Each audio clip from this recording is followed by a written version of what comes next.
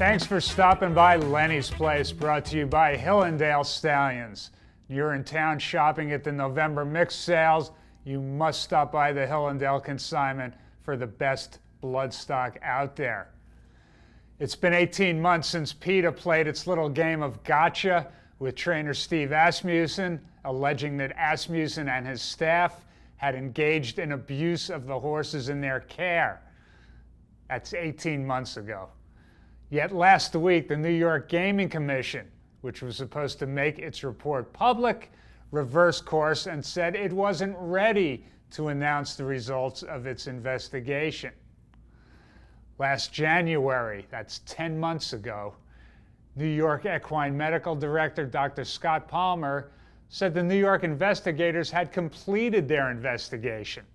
And last February, that's 9 months ago, New York Gaming Commission Executive Director Robert Williams said the investigation was down to, quote, editing and organizational revision, unquote. Anybody think there's something going on behind the scenes here? Remember when a New York minute was supposed to mean something fast? In related news, the New York Gaming Commission said it was close to reaching a ruling on Secretariat's disqualification from the Champagne Stakes on October 14th, 1972.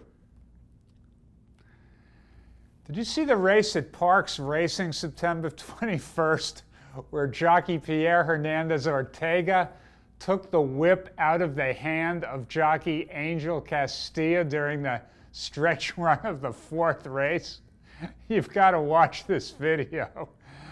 I've heard of jockeys exchanging words, exchanging punches, exchanging agents, even exchanging girlfriends. But this is a first. And the funny thing is, it's probably not even against the rules in Pennsylvania, where anything goes and everything seems to go wrong. Joining me now is the Director of Sales at Keeneland, somehow still awake after the end of the 12-day September Marathon Yearling Sale, Geoffrey Russell. Geoffrey, stop reading. Welcome to Lenny's Place. It's always good to come to Lenny's Place. Thank you, especially in the crow season. Geoffrey, if the September sale is a bellwether of the thoroughbred industry, which a lot of people think it is, what is the health of the industry based on what you've seen over the last 2 weeks at the sale? I think the thoroughbred industry is in a very good place at the moment. It's in a very stable marketplace, which is what we need. We need a couple of years of good stability, and then from there on we can grow. We had a good, last year was steady as it goes, this year steady as it goes, and I think it's a good sign for the industry. Yeah. Was it 5,000 horses that were originally cataloged? Almost 3,000 sold over the 2 weeks? No, 4,164. 41, and then almost 2,800 sold. And we had a over $100,000 average for the wholesale, a record median of 50. So these are all very positive numbers. Then also you see at the top end, you have the top horses not being bought up by two of the major entities as they had been done in the past. Yeah. It's now spread out among multiple people. So I think that's also very good for our industry. Well, speaking of that, everyone talks about attracting new people into the business, attracting younger people into the business. You are privy to the credit applications that come into Keeneland. From what you have seen, are we succeeding at all in new entities coming in and making some purchases? Yeah, we saw a lot of new entities coming in this year. We had a lot of new credit, and I give that credit to the kind of the American Pharaoh phenomenon, where our industry is now in the forefront of the sports page and not in the back part of the sports page. And people started to get interested. This horse, who had about 15,000 people to watch him gallop at Saratoga before the Travers, he is a great catch. So we also saw something interesting this year on our top-end buyers, our $1 million buyers.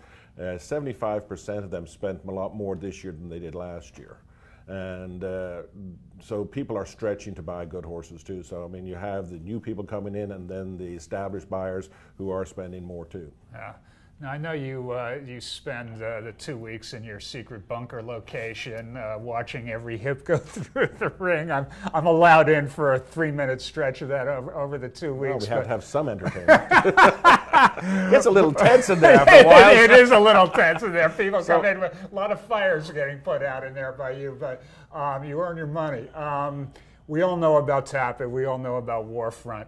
You watched every hip go through. Who are some of the other stallions who were bringing consistent bidding over the course of the 2 weeks? The freshman sires, obviously, Bodemeister probably was the most popular of it. Curlin, after the summer he had this year, was well rewarded, especially with the filly bringing 975. And a horse that I think is doing very, very well is two of the horses I think could step out a lot is Flatter, who had a very good sale, and Into Mischief.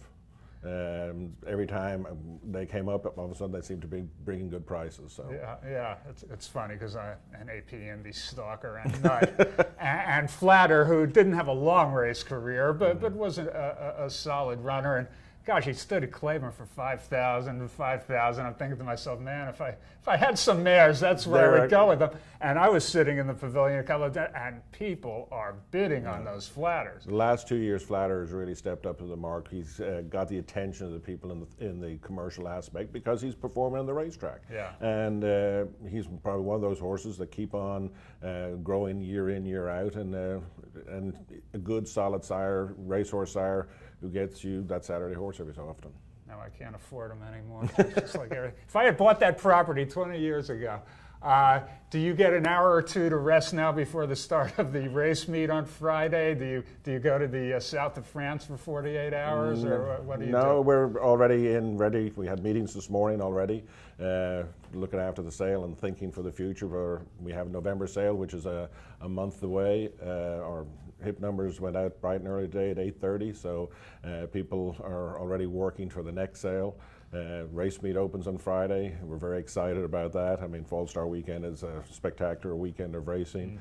Also this weekend we have the Arc in Europe, so there's lots of good racing getting ready, which builds up to Breeders' Cup weekend in Keeneland at the end of the month. So. Give us a little preview of some of the headliners of the November sale. Who are some of the big name mares? Well, when the catalog gets released on Wednesday, I'll let you go. Oh my goodness! For one day we can't get a scoop out of you. No scoop. Oh, no scoop. Goodness gracious. I can say that last year we had a record price filly, and we have been able to build on that this year, and we have some very much one-of-a-kind, one-offering foals that will come to the market. I know my sponsor, Hillendale, has Take Charge Brandy, if I may.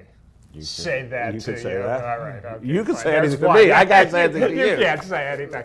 It's great. It's great to have a champion filly to come to the sale. I mean, and she will be highly sought after, I think. Yeah, from that family. It's a beautiful family. I would say so. How much excitement and anticipation is there for the first Breeders' Cup at Keeneland coming up? We've been on pins and needles, I would say, since it was announced. I mean, it's something that we have a wonderful team at Keeneland who have organized everything. I think it's going to be a spectacular thing for Keeneland. I think it's going to be a spectacular thing for Central Kentucky and Lexington, and it's going to be great for the thoroughbred industry. It's going to be 2 wonderful days of racing, and by the looks of it, everything is setting up well too on the horse side of it. I mean, with Beholder winning so impressively over this weekend, and hopefully we'll see a showdown in the Classic with her and American Pharaoh and Honor Code and the like. So, I mean, things are setting up really good for the Breeders' Cup as well. But to have it in Keeneland is very special. I mean, this is where the Breeders' Cup was founded. It needs to be at Keeneland once. And we look forward to it. I mean, watching all the construction going up over the summer, I mean, and those chalets are spectacular, I have to say. And then putting on the temporary box area at the front, they did it in such a way it didn't affect the apron at all. And I mean, everything has been very well thought of and planned, that it doesn't lose the magic of Keeneland and the specialness of Keeneland. And we want everybody to have a wonderful experience when they get here. And that's the goal and the anticipation. And speaking of which, I still have a couch reserved in your office for those 2 days. Is that true? As long as you have your media credentials, or you won't be able to get it. Because we can't paint a mustache on you here in production. Well, you might have it yourself, because I'm sure I'll be out and about to see what's going on. You doubt it. I doubt that very much. It's going to be and then straight on then into the November sale. So I mean, to give the buyers the ability on the Friday morning mornings and Saturday mornings, be able to come look at horses on the grounds, either change, go out back to change, or change your shoes, and on you go up to the Breeders' Cup. So I mean, it'll work very well. Even if we don't know who those horses are till tomorrow. Thanks tomorrow. to you. All right, we want to thank Geoffrey Russell for stopping in here. I know you're busy. You got to get back to the bunker. We want to thank our viewers. We want to thank Hillendale Stallions.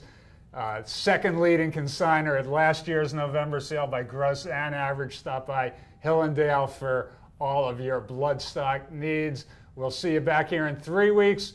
The Breeders' Cup draws ever closer. Bye-bye, everybody.